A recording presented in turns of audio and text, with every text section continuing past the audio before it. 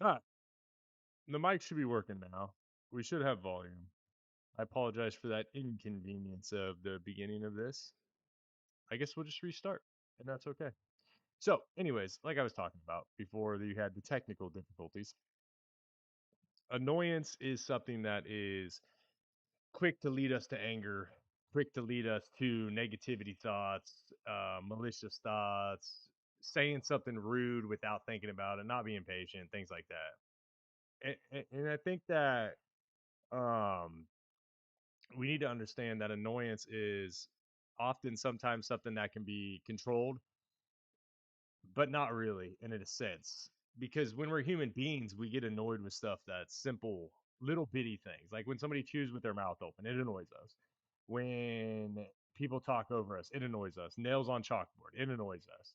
Scraping on a plate, it annoys us. Voices, even the tone of a voice sometimes annoys us. And that's just because we're human.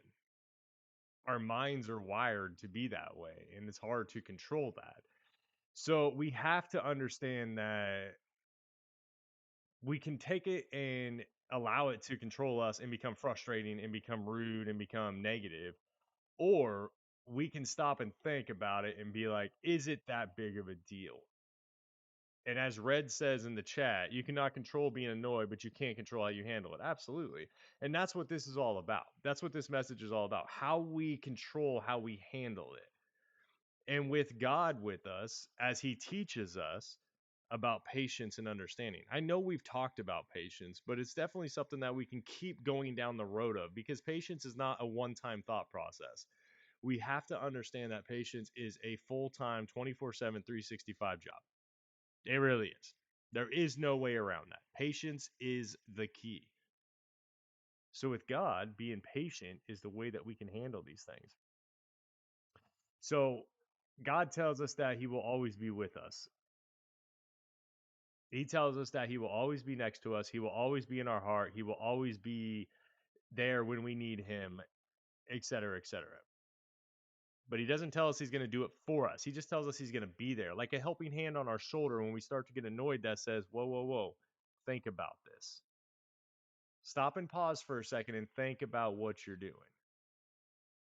And when we believe in God and when we pray to God and when we accept Jesus and God into our heart, that helping hand, we can feel that on our shoulders. Now, annoyance is still going to grab you, it's still going to pull you, but that helping hand is there to tell you to stop and think.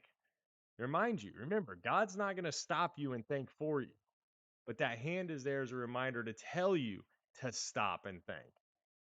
As Red said, it's up to you how you control how you handle it, but it gets a lot easier to control it with God in our life.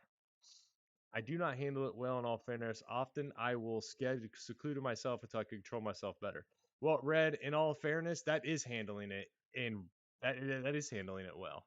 Just because in the moment you don't handle it well, but you seclude yourself, that is handling it well because you stop and think about what you're doing before you go into it.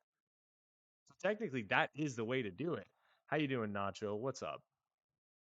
So just remember that, and I tell my youth group this all the time, and people need to understand that because I think that a lot of people believe that they read the Bible, they pray, they do this, they do that, and God doesn't deliver immediately. So they're like, why am I doing this?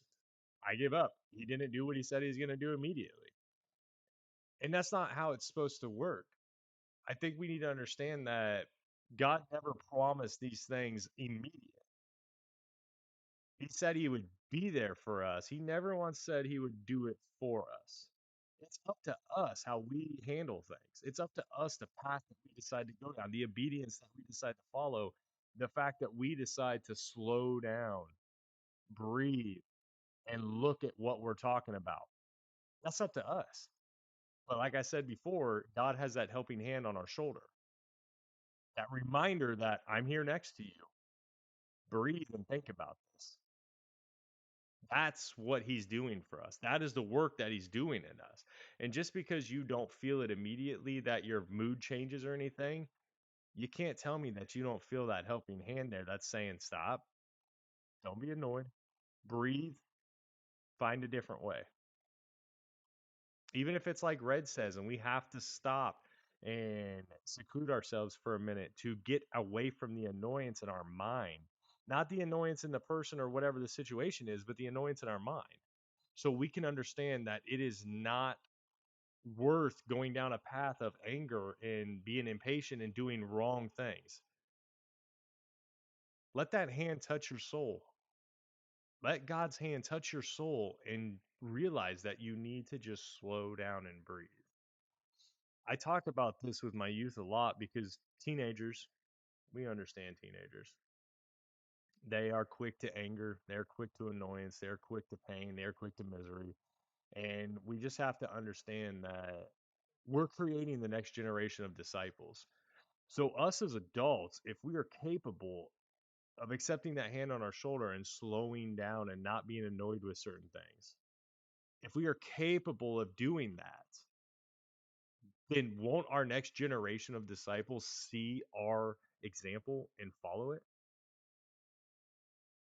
It starts with us to teach them. Just like God has taught us, now it's our turn to teach our youth.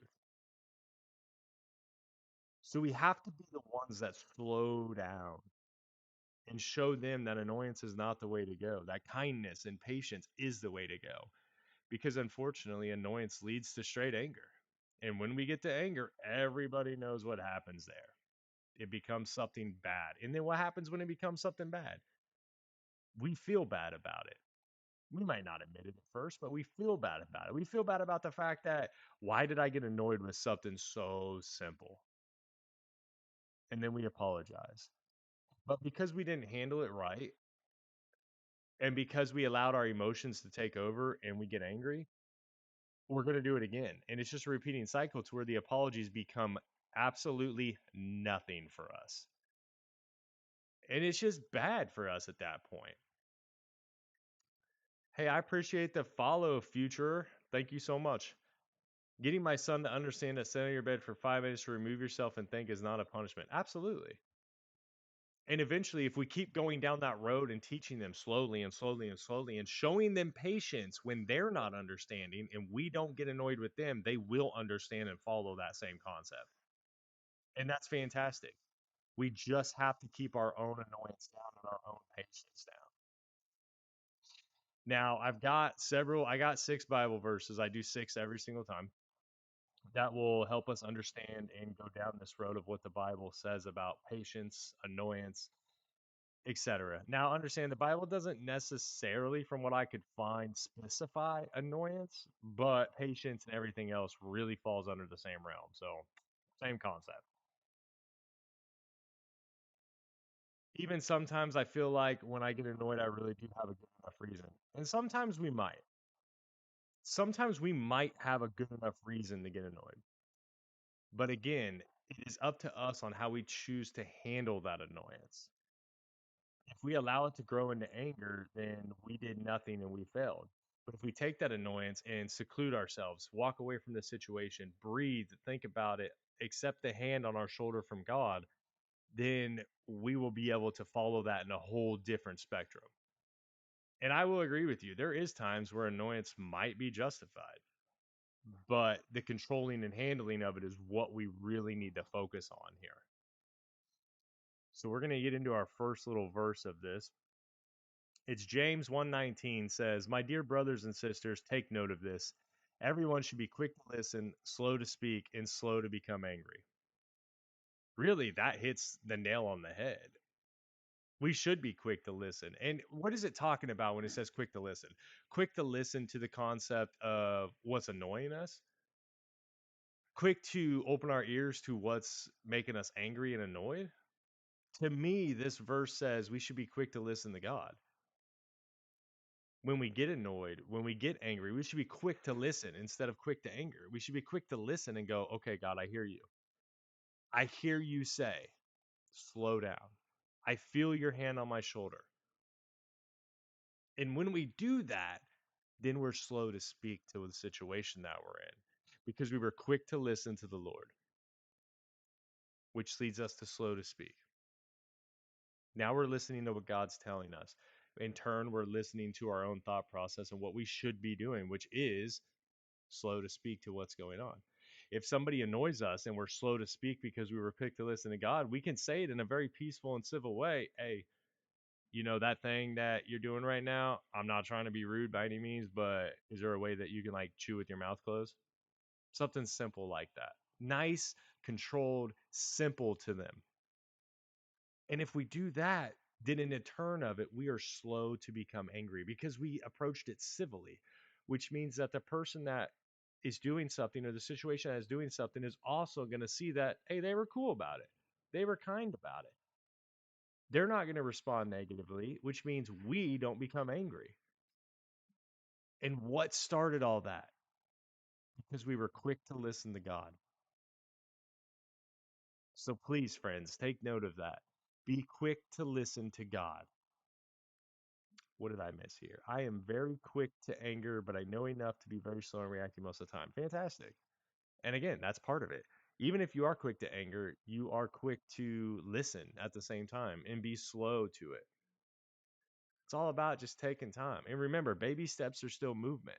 It doesn't have to be a giant leap right off the bat. So please, as James 1:19 says, be quick to listen to God, slow to speak to the situation, and slow to become angry. Our next verse is from Ecclesiastes 7:9. Do not be quickly provoked in your spirit, for anger resides in the laps of fools. Is the Bible calling us fools? Not necessarily us per se, but our situation and our mindset, I would say, is what it's calling us fools as. When we get quick to anger, when we are quickly provoked in our spirit, when we don't accept that hand from God and we allow our own emotions to take the front line, then yeah, we are fools. And absolutely, right? Not in the sense that we know the word. We are absolutely fools. And we're not fools because we're stupid. We're not fools because we're not smart enough to follow any concept of this and that. We're fools because we did not accept the hand. We were not quick to listen to God. Sorry. And by doing so, that makes us a fool. Because in the end scope of things, we now have anger coming out the gate. And instead of taking our time and being quick to listening to God and quick to understanding something, we have allowed ourselves to become a fool and be subjected to anger. So, as it says, do not be quickly provoked in your spirit. We do not want to be the ones that anger resides in fools. I say this almost every single one, but if we're the one to be quick to listen to God, slow to speak, and not quickly provoked in our spirit, somebody else will see it. And when somebody else sees it, that makes two. And when we have two people doing it, that makes four. And when we have four people doing it, that makes eight. And what happens with that? It just continues to grow. Everything in this world starts as a very small seed and it grows. Let us be that one, friends. Let us be that one that multiplies everything and creates a world that revolves around God, patience, kindness, and understanding, not annoyance, anger, and the devil. Together, we can be that snowball effect. What's up, Justin? How you doing, buddy? Philippians 4:5 says, let your gentleness be evident to all, the Lord is near. When I say something nicely to someone to stop and they still take the same way as if I meanly said it, it makes it worse. It's like I said it nicely. It does. It does. But the point of that is, if you stop and think about it, when you started out saying something nice, what changed for you? Them? They might still be annoyed to it and everything, but you might have just planted that seed in them. Their anger took control of them, therefore they are following it. But later on that day, they might be like, you know what? I was wrong. They were nice about it and I was wrong. And what did we do there? We planted a seed inside of them to follow the God, our God, follow our gentleness and follow our happiness. It's not always going to work out great, but with time, everything grows. So even if we say something nice and somebody responds still in the negative way, we just continue down that nice road. Sometimes people don't like kindness, but that's because they don't understand it.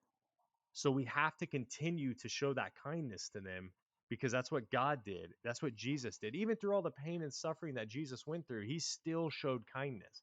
Even when he was being crucified on the cross, he still said, forgive them. we can do the same thing. And I understand what you're saying. It makes us feel like it doesn't work. It makes us feel like, why am I doing this? It ain't going nowhere. We're wasting our time. But in the end scope of things, that we might be planting something in the background of their mind that changes them later on. And as long as we continue down the path, then we are being obedient in what we need to do through what Jesus said to do. And what Jesus said to do was be kind, which makes us feel good about ourselves. And I implore you to continue down that road of being nice and following somebody. And trust me, within time, you will see the rewards that are promised to you with that. And just like we're saying now, let your gentleness be evident to all. The Lord is near. Everybody sees it. Even if we don't think they see it, everybody sees it. Integrity is doing right even when no one's watching. But the fact of the matter is, everybody's watching. It might not be the person down the road who's being angry or the person who's having a bad day, but I can promise you this: your kids are watching, your spouse is watching, your parents are watching, your friends are watching. Even if it's not a stranger, everybody is watching. And if you can be the one that shows the kindness, it will spread and it will grow, and other people will follow along with it because they'll see how happy you are, how elated you are through God, and how happy everything makes you. And that's why we have to follow that concept. Give me the verse. Psalms 37:8 says, refrain from anger and turn from wrath. Do not fret, it leads only to evil. Would everybody agree that anger leads to evil? Not in the sense of like SpongeBob where they're like evil, but in the sense of we do sinful things. And that was my fantastic SpongeBob reference. It was terrible. I'm sorry. I'm sorry for those of you who had to bear witness to that.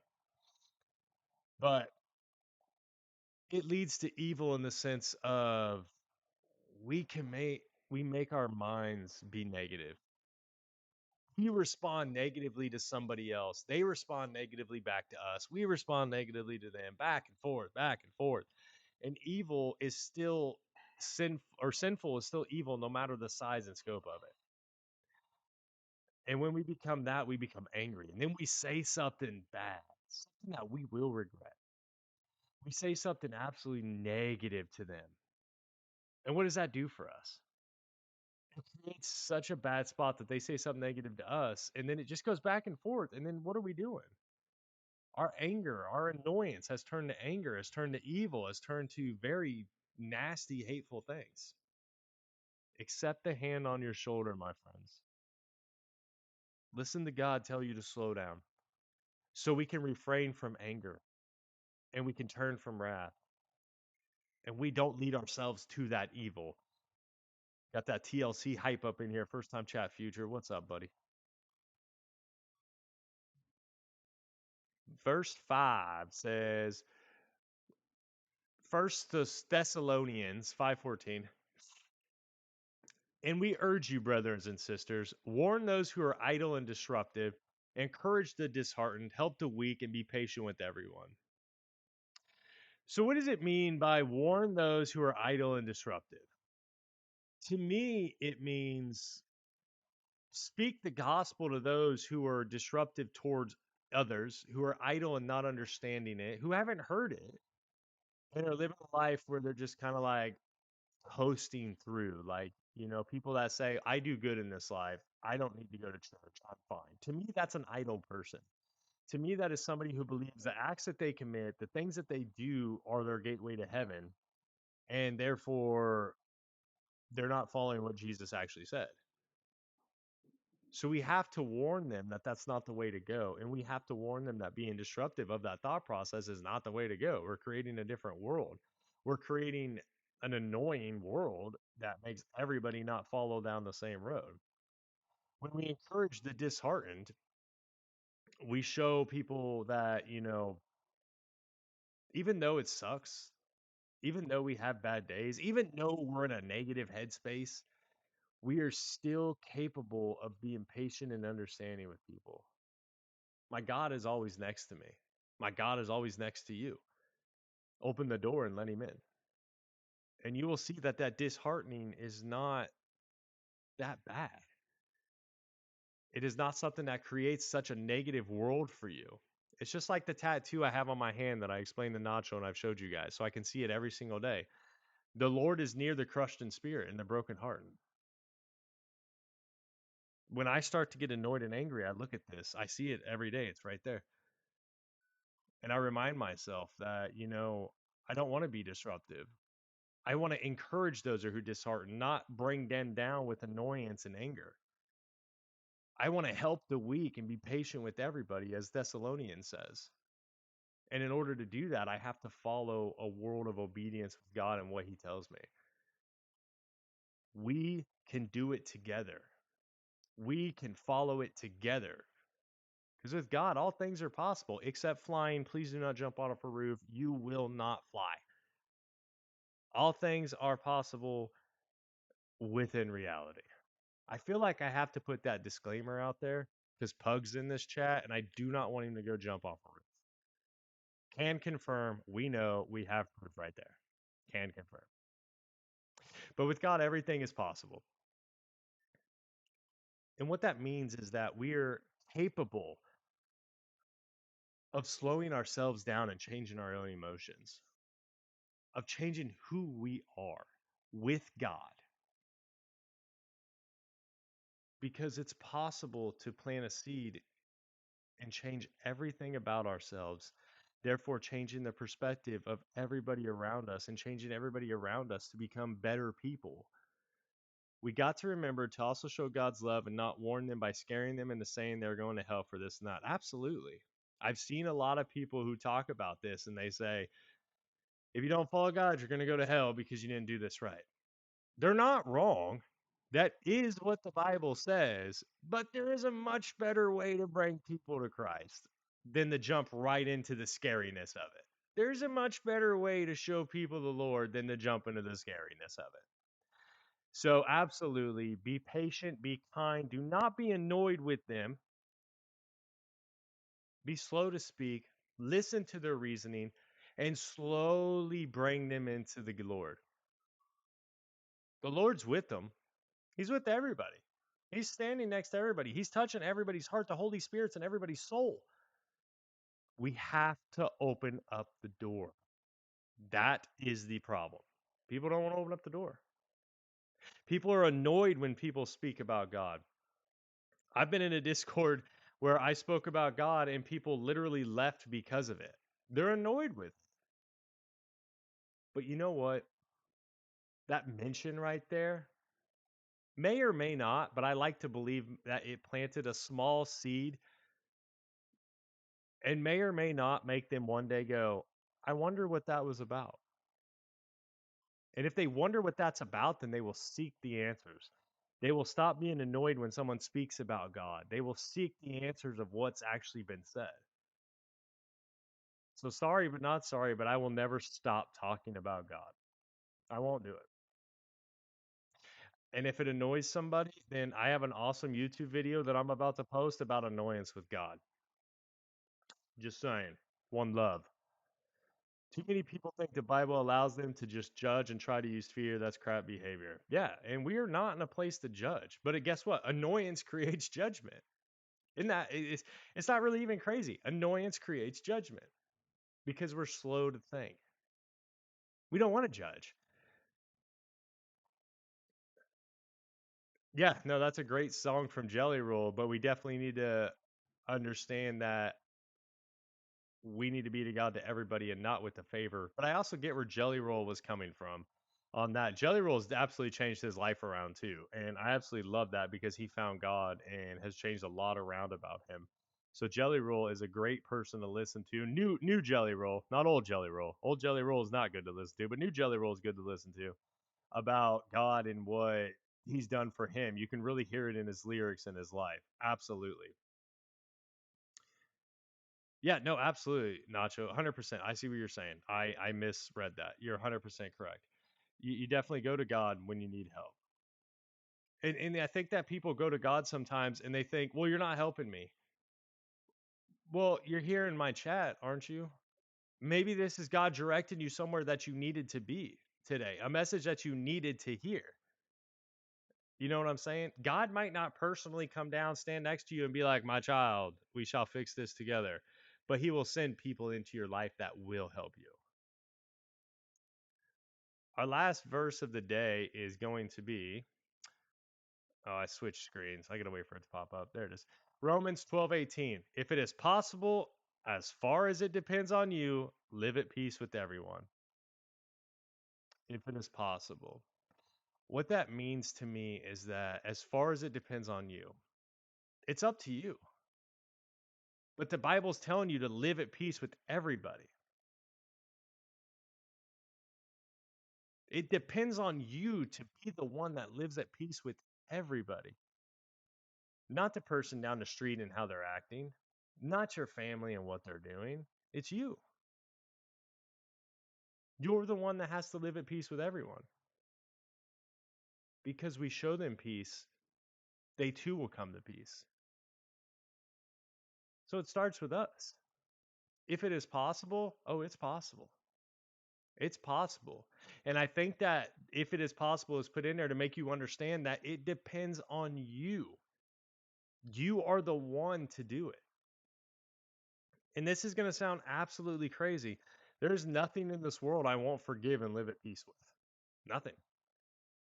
If my Lord could forgive people who are actively murdering him, then I can forgive everything too. It's not easy. There's things that make me angry. There's things that annoy me, but I can live at peace with everybody. I can forgive everybody for anything that they do. I don't have to like it. I don't have to follow it because I'm telling you right now, Jesus probably didn't like being crucified, but he forgave it. I will always forgive everything because I want to live at peace. When I die, I want my Lord to look at me and go, "This is my child with whom I am pleased." I want that more than anything. I cannot forgive everything, but I can still handle myself accordingly. And that's okay. And I think that is also what this verse is saying. If it is possible, as far as it depends on you, live at peace with everyone. There's some things in this world that people are not going to be able to forgive. And I truly believe that Jesus understands that because we're human beings and he knows our emotions in the way that we are. I truly believe that. I am choosing to forgive everything. And that's okay that you have some things that you can't. And I probably have a good idea on what some of those things are. It's such a weird concept to think about. I don't even know how to really talk about it. All I know is that I choose to forgive everything. Not because I want to look like an elated, God fearing, evangelist, perfect human being, but because I look at it like the same thing. My Lord forgave those who were actively murdering him. I too can forgive. I don't have to like it. I don't have to accept it. I don't have to follow it, but I can forgive it. Agreed. Forgiveness is for you. That way you open up your heart to peacefulness. You're not forgiving the act of what they did, saying you can go do it again. You're forgiving them with your own heart that when you see them, you have created a world inside your mind that does not lead to annoyance and anger. That's what it is. So that's a great point. I love that, Red. That's a good thing to say. That we can forgive things that are horrible. Doesn't mean we have to like them, be friends with them, talk to them, or anything, but we can forgive it. So when we see them, we don't read to anger, annoyance, and pain because we have allowed our hearts to be forgiven. I also think God's saying these things is to help us in life, not only as commands, but if we do these things, it will help us mentally also. Absolutely. Would it not be safe to say that if we have a peaceful mind, if we have a forgiving mind, that we are happier in this life, that we are capable of being more pleasant to be around, that we find more joy in things because we have forgiven and understood? Therefore, it helps us mentally, it helps us physically, spiritually, mentally, emotionally, everything. That's a very great point. It's not just to help us get through this life to the next, it's to help us conform our bodies to what needs to be done in all things possible, physical, mental, spiritual. That is 100% a wonderful topic. I hope that this conversation about annoyance has found you to be a little bit more enlightened today. I hope that if you haven't accepted God into your heart, that you will seek to do so. I hope that you join us again next time for this and continue down the road of this. We will be doing this every single day. Every single day, we will have videos. I hope that you find peace throughout the rest of your day, friends. I hope that you see that God's hand is on your shoulder and you could very easily just stop and think. But it's up to us to do that. It is up to our mind to do that. And we need to continue to follow down that road. I am glad that you were here with me today. I usually try to keep these about 30 minutes long. My YouTube's right there if you want to catch up on the previous messages, and I will upload all of them there too. YouTube, when you're watching this, if you want to leave a comment, I will get back to you on it. I try to get back to it. I check it every like few hours to see if anybody commented. I appreciate you guys being here, and I appreciate God for what He has done for me and brought me to this platform to share His message with everybody. So I thank you all, and I hope you have a fantastic day. God be with you, and just like Jesus, love each and every one of you.